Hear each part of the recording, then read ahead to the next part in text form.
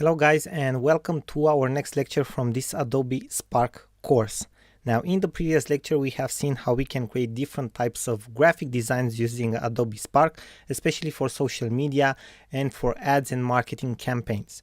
Now we are going to see exactly how we can create a type of graphic that we can use for classical marketing campaigns like prints, right? So what we are going to create in this lecture is a type of flyer.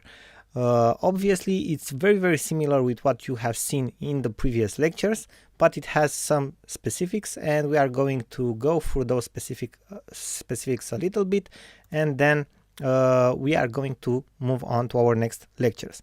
Now first things first, from the dashboard, as you have seen, we have selected the graphics section, and we are going to scroll down till we find the graphics templates for print, and we have posters, flyers, promo cards, business cards, and save the date. Now in this lecture we are going to create a flyer, and we are going to select this flyer, and we are waiting for the canvas to be loaded, and this is what we have at the moment. We are giving it a name, flyer test 1. So we have the name, and this is how the flyer looks like. First things first, as you can see, it's pretty similar to the other types of graphics that we have created before. The menu and the editing part, we can select any of the elements that we have here. Okay, it's very similar, but what we are going to see different are the designs, right? We're going to into the design section, and we will find different variations, right?